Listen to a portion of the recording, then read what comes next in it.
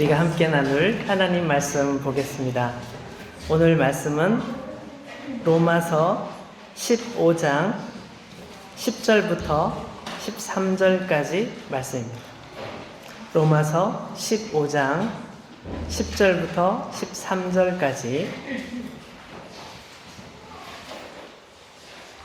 또 이르되 열방들아 주의 백성과 함께 즐거워라 하였으며, 또 모든 열방들아 주를 찬양하며 모든 백성들아 그를 찬송하라 하였으며, 또 이사야가 이르되 이새의 뿔이 곧 열방을 다스리기 위하여 일어나시는 이가 있으리니 열방이 그에게 소망을 두리라 하였느니라.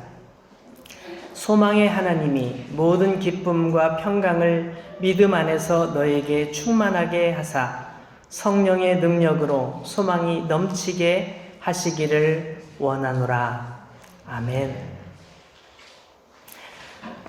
누가복음 7장 말씀을 보면 어떤 한 여자분 이야기가 나옵니다. 그는 안타깝게도 일찍 남편을 잃었습니다. 그에게는 한 명의 아들이 있었는데 그 아들이 그의 유일한 꿈이었습니다. 이 아이를 잘 키워야지. 이 아이를 잘 키워서 결혼도 시키고 또 우리 가정도 일으켜 세우고 해야 되겠다. 많이 힘들었지만 아들을 볼 때마다 힘이 났습니다. 아들이 잘 자라고 착하고 또 아주 똑똑하고 건강한 걸 볼 때마다 힘이 생겼습니다. 삶은 너무 힘들었지만 이 아이를 보면서 모든 고난을, 고통을 잘 이겨내면서 지냈습니다. 이제 얘가 커서 어른이 되면 이제 우리 집도 가난에서 벗어날 수 있을 거야. 얘가 커서 이제 우리 가정을 세우면 우리도 남들에게 부끄럽지 않게 그렇게 더 행복하게 살 수 있을 거야. 늘 아이가 크는 모습을 보면서 너무너무 기뻐했습니다. 그 아이는 점점 자라서 청년이 되었어요. 이제 곧 결혼하면 좋겠다 생각하고 있었을 때 어느 날 갑자기 그 아이가 죽게 되었습니다. 성경에는 그 이유가 나와 있지 않기 때문에 왜 죽게 되었는지는 잘 모르겠습니다. 그렇지만 이 아이가 죽는 것은 이 어머니께서는 절망이었습니다.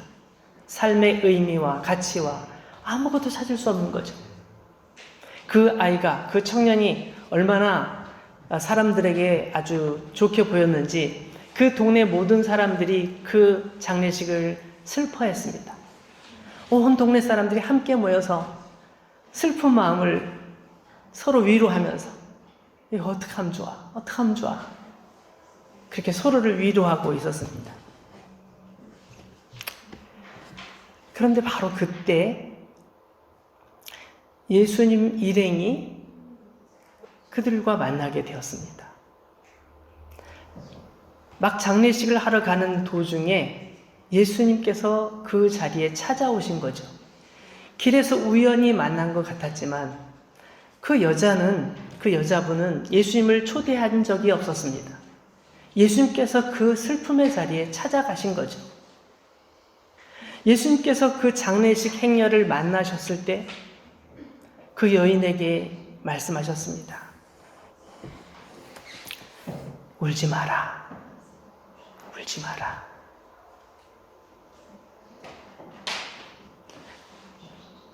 슬픔을 당한 예수님, 그 여인에게 있어서 그 울지 마라는 예수님의 위로는 얼마나 마음속에 위로가 됐을까요? 예수님께서 그 말씀만 하지 아니하시고 장례식 일행의 그 관을 향해서, 청년의 관을 향해 걸어가시더니 관에 손을 얹으셨습니다. 모두들 조용히 예수님께서 왜 그러시나? 예수님께서도 저 청년이 죽음을 슬퍼하고 계시구나. 사람들이 생각하고 있을 때 예수님께서 관을 향하여 말씀하셨습니다. 청년아, 이제 일어나라.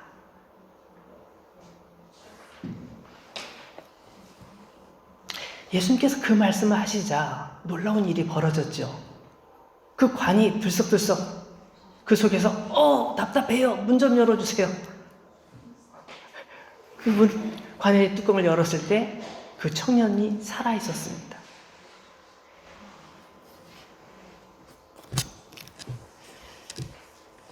아무도 기대하지 않았고 아무도 상상하지 못했던 일이 벌어졌습니다. 그 여인에게 있어서, 그 여자에게 있어서 아들이 죽은 것은 자기의 모든 생애, 그동안 참고 견뎌왔던 모든 고난, 모든 것이 다 쓸모없는 일이 되어버린 상황이었지만 그 아이가 다시 살아남으로 인해서 그는 다시 소망을 가질 수 있었습니다. 아이가 살아났으니 내가 잃어버릴 뻔했던 그 모든 꿈들이 다시 시작된 거야. 우리 가정은 행복한 가정이 될 거고 우리 아이가 결혼해서 행복한 가정을 이루면 우리도 남부럽지 않은 아주 멋진 가정을 이루게 될 거야. 다시 소망을 갖게 되는 것이죠. 슬픔 대신 기쁨을 주셨습니다. 두려움 대신 마음의 평화를 다시 찾아오게 하셨습니다. 행복한 소망을 가질 수 있도록 예수님께서 그 자리에 찾아가셔서 그렇게 해주신 거죠. 그 여인은 이 행복함을 회복하면서 한 가지 사실을 더 알게 됩니다. 예수님은 어떤 분이신가? 우리 모두 할 수 없는 죽음까지도 해결할 수 있는 분이 예수님이시라는 사실을 처음 알게 된 거죠.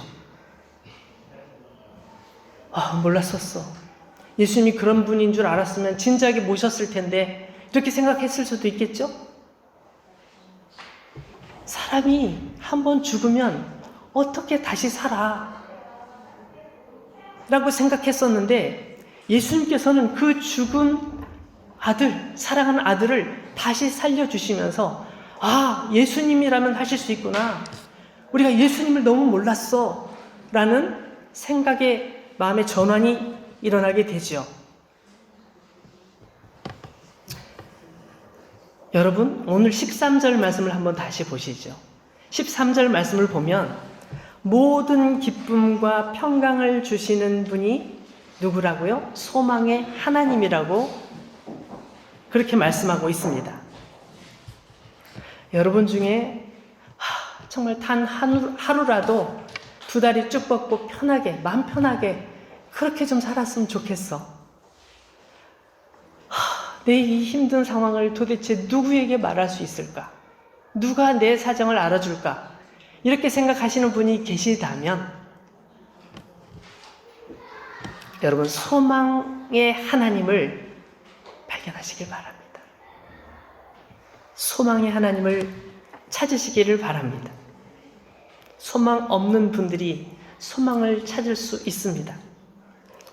소망의 하나님께서 여러분의 마음에 기쁨과 평강을 주시고 여러분의 영혼이 새롭게 소생하도록 은혜를 주실 줄로 믿습니다.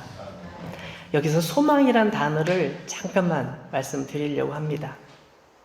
성경에서 말하는 소망은 정확하게 어떤 의미일까요? 고린도전서 13장 13절에 보면 이런 말씀이 있습니다. 믿음, 소망, 사랑 이 세 가지는 항상 있을 것인데 그 중에 제일은 사랑이다.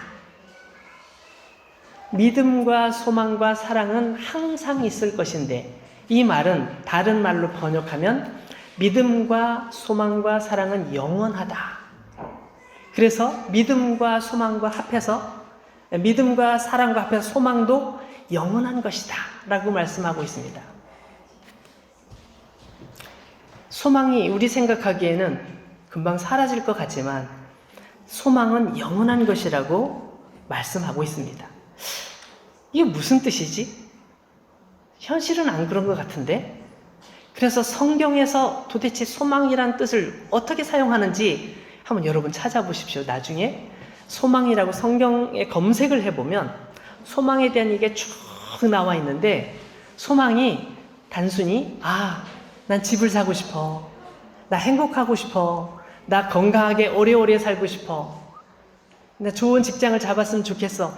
그런 소망이 아닌 영원한 소망이라는 것을 알 수 있습니다. 오늘 읽은 말씀 중에 12절 말씀을 보면 약간 다른 의미의 소망이 있다는 걸 알 수 있는데요. 한번 볼까요? 또 이사야가 이르되 이 새 뿌리 곧 열방을 다스리기 위하여 일어나시는 이가 있으리니 열방이 그에게 소망을 두리라 하였느니라. 열방이란 말은 모든 나라를 말하거든요. 모든 나라는 뭐예요? 온 세계 모든 사람을 가리켜요. 모든 나라, 모든 민족, 모든 백성, 이 땅에는 모든 사람들에게 주시는 하나님의 특별한 은혜가 있음을 알 수 있지요. 이 이사야라는 분은 예수님께서 이 땅에 오시기 전 한 800년? 700년에서 800년 정도 오래전에 활동했던 선지자입니다. 이 이사야 선지자는 이사야서라는 성경을 기록했는데 그 내용이 예수님에 대한 내용이 너무너무 정확해서 사람들이 그 이사야서를 읽다가 소름이 끼칠 정도입니다. 근데 그 내용 중에 쭉 나와 있는 내용 중에 오늘 이 말씀 다시 한번 볼까요? 이사야가 이르되 이 새 뿌리 곧 열방을 다스리기 위하여 일어나시는 어떤 분이 계실 텐데 열방이 그에게 소망을 두리라. 그분이 누군지 이름은 써놓지는 않았지만 우리는 그분이 예수님이라는 것을 분명히 압니다. 근데 그 예수님께서 모든 열방 사람들에게 소망이 될 것이다. 소망이 될 것이다. 이렇게 말씀하고 있는 것이죠. 이건 뭐냐면 예수님께서 이 땅에 언젠가 오실 건데 이사야는 몰라요. 언제 올지. 그렇지만 예수님께서 이 땅에 오실 건데 그분이 이 땅에 오시면 우리 모든 죄인들을 구원하셔서 하나님의 영광의 보좌 앞으로 인도해 줄 거라는 사실을 그는 보고 있었던 것이죠. 알고 있었던 것이죠. 그래서 이사야 선지자가 800년 전, 예수님 오시기 800년 전 정도 예언했던 그 말씀은 바로 예수님께서 우리에게 어떤 분이신지를 설명하고 있는 말씀입니다. 우리는 이 땅에서 오래오래 살면 좋겠어. 안 아프고 건강하게 오래오래 살면 좋겠어. 이 땅에서 정말 사람들과의 관계에 좀 싸우지 좀 말고 정말 이렇게 살면 좋겠어.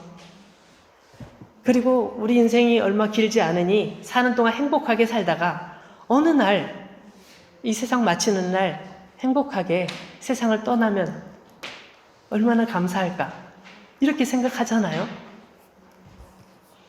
근데 예수님께서 하시는 일은 거기서 끝나는 것이 아니라 영원하다고 말씀하고 있는 것입니다. 이거는 좀 신학적인 용어로 종말론적 구원이라고 말해요. 종말론적. 온 세상이 끝나는 그날 하나님께서 구원하실 것. 또 우리 인생이 마치는 그날 거기서 끝이 아니라 하나님께 나아가 영원히 하나님과 동행하는 것. 그리고 또 한 가지 우리가 이 세상에 살면서도 천국을 경험하면서 맞아 이게 천국이야. 이게 천국이야. 그래 이렇게 살아야 돼.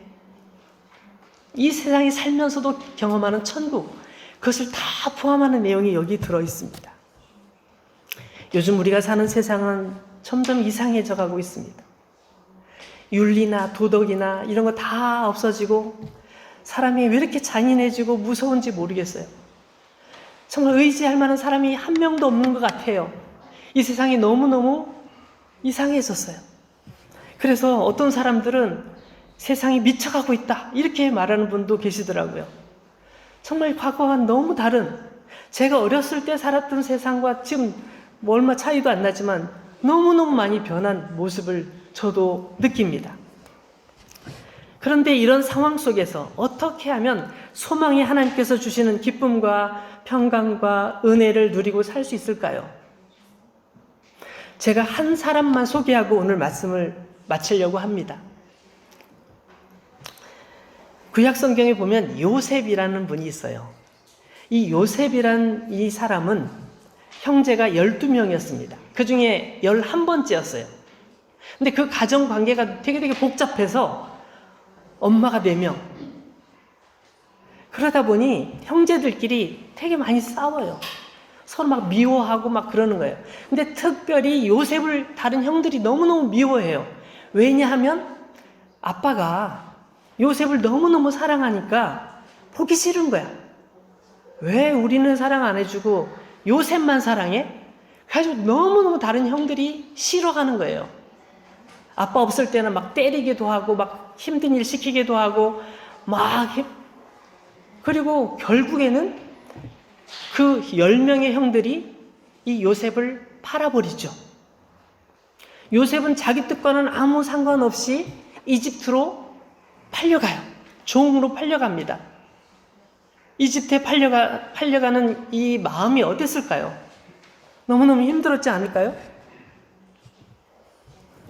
그러나 이런 상황 속에서 성경을 아무리 찾아봐도 요셉이 형들을 원망했다든지 미워했다든지 내가 반드시 복수할 거야.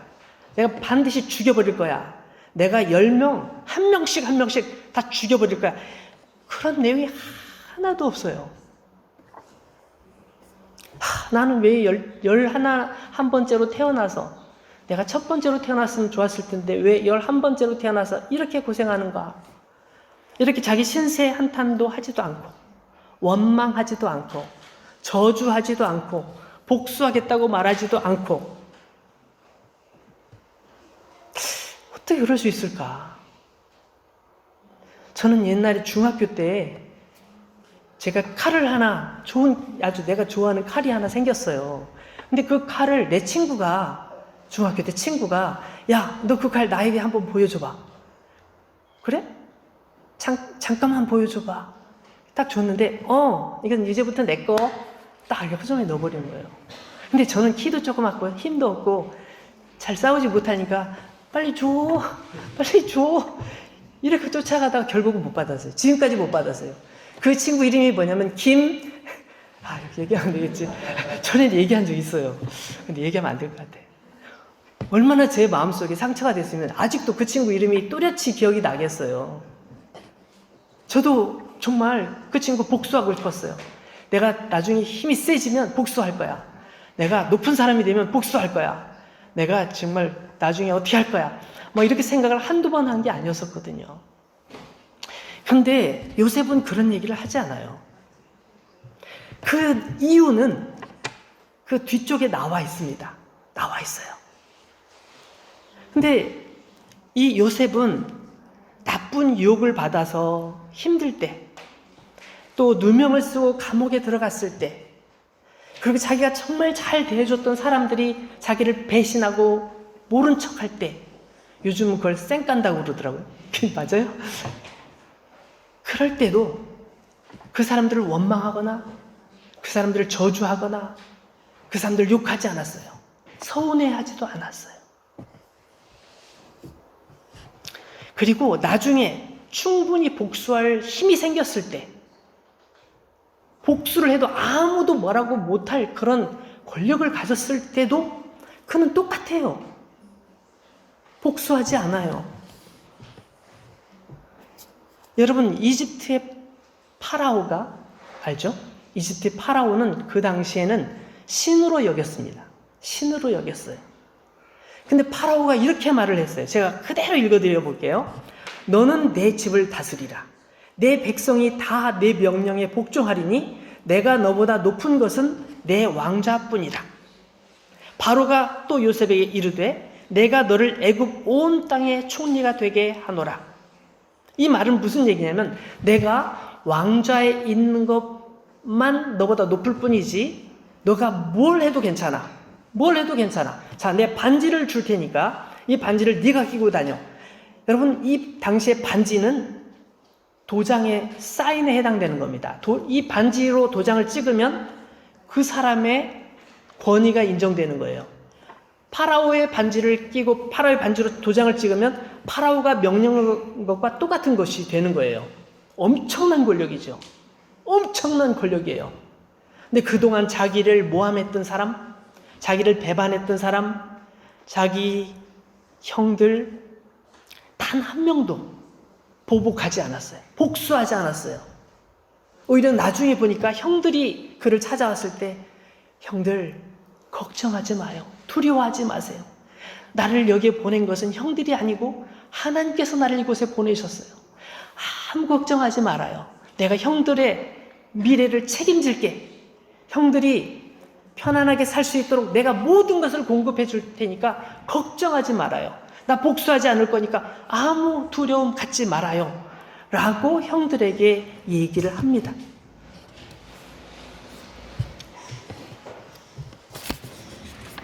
그는 특별한 그의 습관이 있었습니다.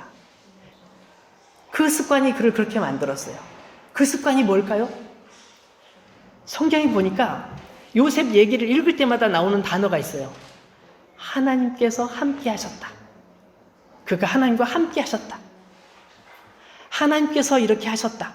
자기가 일을 해놓고 나서도 하나님께서 지혜를 주셔서 한 거지 내가 한 거 아니에요. 라고 말하는 사람이었어요. 엄청난 능력을 가지고 그 이집트의 그 어마어마한 제국에 그를 필적할 만한 단 한 사람도 없음에도 불구하고 이건 제가 한 게 아니고 하나님께서 저에게 알려주신 겁니다. 저는 아무것도 아닙니다. 이렇게 말하는 사람이었습니다. 그는 늘 하나님과 함께 했고 하나님께서 함께 하실 것을 믿었어요. 어려운 상황에 직면하면 이 어려운 상황에 있는 것도 하나님께서 나를 이곳에 주신 이유가 있을 거야. 내가 깨닫지 못하는 무슨 이유가 있겠지. 그러면서 참았어요. 그는 언제나 하나님께 소망을 둔 거예요. 사람들에게 소망을 두면 여러분 어떻습니까? 실망해요. 제가 정말 믿었던 사람, 여러분이 정말 믿었던 사람이 끝까지 여러분에게 기쁨과 믿음을 줬나요? 아니더라고요. 저는 저희 아버지를 너무너무 존경하고 사랑합니다. 저희 아버지 정말 저는 너무너무 존경합니다. 근데 아버지께서 저를 기다려주지 않으시고 가셨어요. 저희 어머니 누구보다 저를 사랑해 주신 분이거든요. 근데 지금 이 세상에 안 계세요. 저보다 먼저 가셨어요. 우리가 사랑하는 사람도, 우리가 의지했던 사람도 이 세상에 영원한 분은 단 하나도 없고 하나님처럼 능력 많으신 분이 하나도 없어요. 근데 이 요셉은 영원하신 하나님을 의지하는 거예요. 하나님께 소망을 두고 있었던 거예요. 하나님께서 무슨 뜻이 있으시겠지. 하나님께서 나를 도우시니 내가 두려워할 것이 없지. 내가 하나님 앞에서 정직했으니 누가 나를 손가락질해도 난 부끄럽지 않다. 그는 늘 하나님을 소망하며 하나님을 의지하며 살았던 거예요.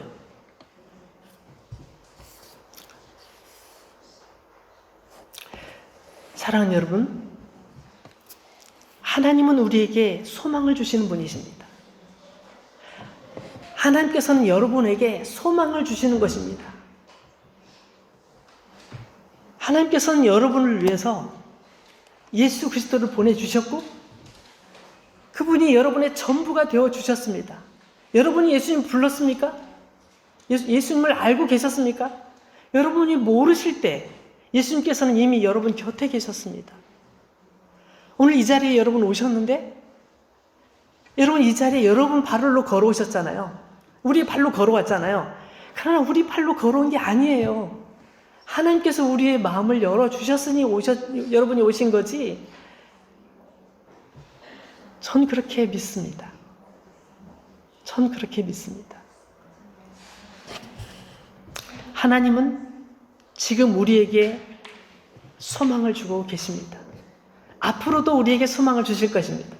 우리가 넘어질 때, 우리가 좌절하고 낙심할 때, 야, 넌 그렇게 내가 도와줘도 못해? 아, 이제 그만하자. 그만해. 가. 이렇게 말씀하지 아니하시고 우리가 넘어지면 다시 일으켜 세워주시고 우리가 넘어지면 다시 일어설 때까지 옆에서 떠나지 않고 지켜보고 계시면서 할 수 있어. 일어나. 일어나. 내가 널 도와줄 거야. 그렇게 말씀하시는 분이 우리 하나님이십니다. 여러분, 무지개 같은 세상 따라가지 마십시오. 세상은 무지개 같습니다. 얼마 전에 우리 집 앞 그 벌판에 무지개가 쌍무지개가 떴는데 이쪽 끝에서 저쪽 끝까지 너무너무 예뻐가지고 여보 빨리 사진 찍어요. 제 안에 가서 사진 착 찍었어요. 근데 조금 지나고 보니까 없어졌어요. 세상의 영광과 세상의 명예와 세상의 기쁨들은 무지개 같은 것입니다.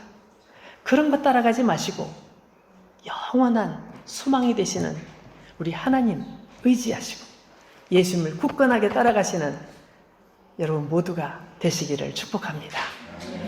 같이 기도하겠습니다.